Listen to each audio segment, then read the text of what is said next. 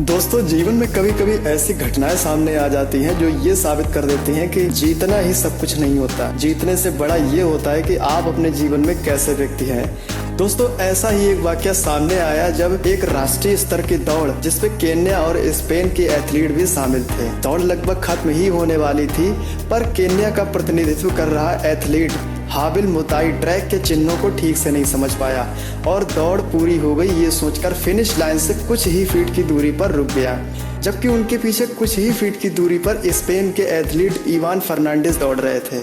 उन्होंने जब देखा कि हाबिल मुताई ट्रैक के चिन्हों को ठीक से समझ नहीं पाया है और फिनिश लाइन से ठीक पहले ही रुक गया है, तब पीछे से दौड़ रहे स्पेनिश एथलीट इवान फर्नांडिस ने चिल्लाकर मुताई को रेस जारी रखने के लिए कहा, लेकिन मुताई को स्पेनिश में कहा गया वाक्य समझ में नहीं आया।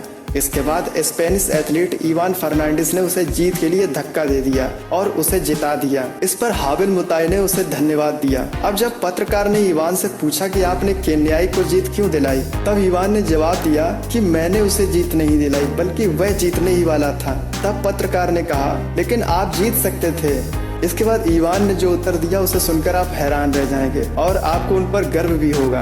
उन्होंने ये कहा कि मेरी जीत से क्या होता, ऐसी जीत से मिले पदक का क्या सम्मान होगा। अगर मैं इस तरह से जीत भी जाता तो मेरी माँ इस बारे में क्या सोचती। दोस्तों, स्पेनिश एथलीट इवान फर्नांडिस के इस एक्ट ने उन्हें पूरी दुनिया में फेमस कर दिया।